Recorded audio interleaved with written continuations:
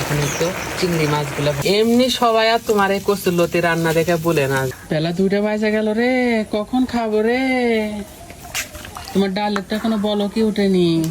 কি আর করবো বলো, যেদিন বলে যে তাড়াতাড়ি রানবো সেদিন হয়ে যায় বিকেল।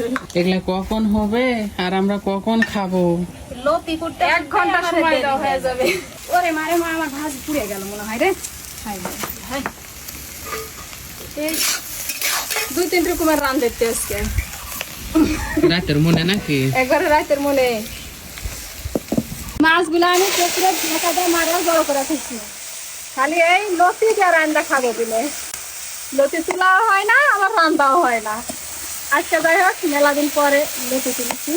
তোমার বাড়ির পাশে থেকে মাংস তুলে নেওয়া যায়, অথচ তোমার খাওয়া হয় না। দেশি চিংড়ি মাছ এগুলা দিয়ে লতি রান্না করলে কিন্তু সেই টেস্ট হবে। তুলি বেশি ভাজবো না বাবা, নষ্ট হয়ে যাবে নি, তাহলে আরো বেশি স্বাদ ভাত থাকবে না নি। বেশি ভাজলে এগুলা আবার ছিটকে হয়ে যাবে নি। ঠিকঠাক একবারে এইভাবে ভাজাই খাইতে হবে অন্যগুলা। এই টুক মরিচের গুঁড়া দিলে ঝাল হবে নি, একটু ঝাল ঝাল না হলে পরে ভাল লাগবে। এই মরিচ গুঁড়া আমি বাড়িতে করেছি বিলিন্দারে, এক না দিলে ঝালে খাওয়া যাচ্ছে না। ভয়ে আমি খালি কোনো মতো 1 চিমটি করে দিয়ে দিয়ে রান দিচ্ছি। শুধু লতি, এই যে আলু ছাড়া আমার আবার চলে না। যেহেতু অল্প লতি, সেজন্য লতির সাথে যদি একটু আলু দেওয়া হয় তাহলে কিন্তু বেশি ভালো লাগবে নি খাইতে। আমি লতি তুলেছি যে আমার শাশুড়ি আসছে নি, একটু বাসা নিব। আল্লাহ, লতি তুলে আর কেন খোঁজ নাই আজকে বুঝেছে, রান্না দিলে সবসময় বসে থাকতে। ওরে আল্লাহ, আমার সোমবার পাই নিবি বাবা। আপনার যা রান্না করতে লাগে পেট থেকে যায়। বিশাল করা নাও, 20 মিনিটের মধ্যে আমার রান্না কমপ্লিট। যাও, আর বসে থাকতে হবে না। চল যাও। আরে মা, কখন কারেন্টের ভাত দিছি, কারেন্টই মনে হয় দেয়নি, এখনো ভাত হয়েছে কিনা আল্লাহ জানে। দেখছেন? এ আল্লাহ, আধা ঘন্টা আগে দিয়ে গেছে। দেখো দেখো তোমার চালের 5 ঘটি উঠেনি তো, তুমি কি কাম করেছি। একটা চাউলও সিদ্ধ হয়নি। পানি গরম হয়নি, এমন হয়েছে কারেন্ট দিয়েছে, দেয়াতে আসে তরকারি রান্নাতে আরামে। এখন গ্যাসের পার করতে আসতে বাবা। দেখো তখন গ্যাসের দিলে তোমার হয় গরম।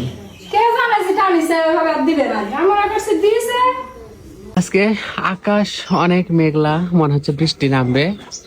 আর এইদিকে রান্না বান্না তুলি চালাচ্ছে খুব জোরে জোরে, যদি বৃষ্টি আসে, যেহেতু খোলা আকাশের নিচে। এখন তো চিংড়ি মাছগুলো ভাজা রাখা হয়েছিল, আর একটু ঝোল আছে, মশলার গুঁড়া দিয়ে দিলে তুলি। এখন সুন্দর করে মিক্স করে নিবে।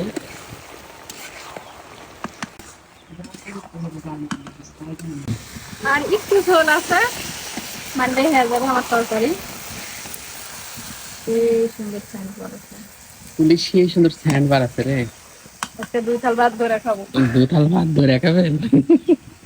ওয়াও, আলহামদুলিল্লাহ, আমার রান্না কমপ্লিট। এই ভাজিটার এক না দিয়ে মশলা করে দিই। করলা আর একটু তুলে দিবা। হ্যাঁ, ঠান্ডা হয়ে গেছে। যত মশমশা হবে নি করলার ভাজি, তত খেতে ভালো লাগবে নি। মাশাআল্লাহ, তরকারির কালার না কালারে তুলি। এমনি আর সবাই বলে না যে তোমার তরকারির মানে লতি রান্না দেখে খাইতে মন যায় সবার। তাই হ্যাঁ, তো আজকে আমাদের কি কি রান্না হয়েছে তুলি? এই যে এখানে করলা ভাজি হচ্ছে। ওই এইটু বাটিতে রাখা দিছো কেন চিংড়ি মাছ? এটা তুমি ভাত দেখাবে নি, তাই জন্য কিছু। আর এইখানে তো কচুর লতি, আর এইখানে হচ্ছে ডাউল, মুসুরের ডাউল। যাই হোক, এই ছিল আমাদের আজকের ভিডিও। সবাই ভালো থাকবেন।